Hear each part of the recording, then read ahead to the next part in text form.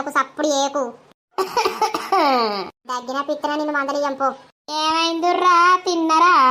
చూసి కూడా మందలిత్తలేరు. తిన్నాం పోసక్క తిన్నాం. ఈ బర్రది బర్రాకనే మాట్లాడద్దు అని అన్నది కదా. అబ్బో నన్ను మాట్లాడకన్నది, ఈ మొద్దుదే మాట్లాడిస్తాంది మళ్ళా. ఏమైందే మొన్న నీకు నోరు గట్లాయే?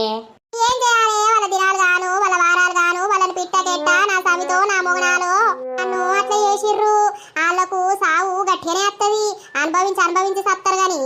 దీన్ని అడుగుడు తప్పైంది కదా. ఇప్పుడు రాంబాయిని ఎటో పోతున్నావు కదా? నేనా గటు పోతన్నా. దొంగబడి చూసినవా ఇంతకు మందలిస్తాంది.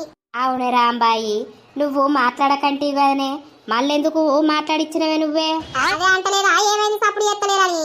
అది చూడవు చక్కగా వారించక పోతుంది చూడు అని పెళ్ళావి ఇలా పనికి పోయింది. ఇది పోయి అలా వచ్చి మరి మంత్రాలే నేర్తాందో, పిండిని పట్టుకొని ఇంకేం నేర్తాందో. చక్కగా వానింట్లోకే పోతాంది కదా. ఇప్పుడు మనం ఏమన్నా కూడా మళ్ళా తిరిగి మనకేం చేసేది తెలియదు. పోనీతి నంగబొడ్లు గట్టనే పోతారు. మందిని మంత్రాలు చేసి ముంచినంత మాత్రాన వాళ్ళకు తలగదా పాపం.